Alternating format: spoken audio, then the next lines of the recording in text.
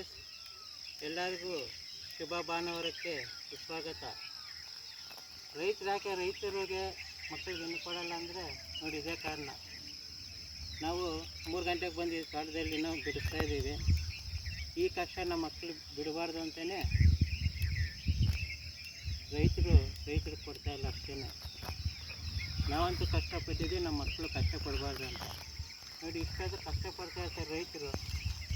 7 ಗಂಟೆಗೆ ಸಿಟಿಗೆ ಹೋದರೆ ಮಾರ್ಕೆಟಾಗಿ ಈ ಹೂವು ಮದುವೆಗೋ, ಮಶಾನಕ್ಕೋ, ಡೆಕೋರೇಷನ್ಗೋ, ದೇವ್ರಿಗೋ ಯಾವುದಕ್ಕೂ ಒಂದು ಹೋಗುತ್ತೆ.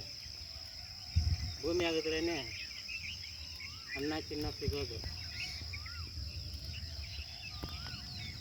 ಇದು ನಮ್ಮದು 5 ವರ್ಷದ ಹಳೆ ತೋಟ, ಈಗಲೂ ಮರ್ಕೊಂಡಿದೆ. ನೋಡಿ, ಇದು ಚೆಂಡು ಹೂವು.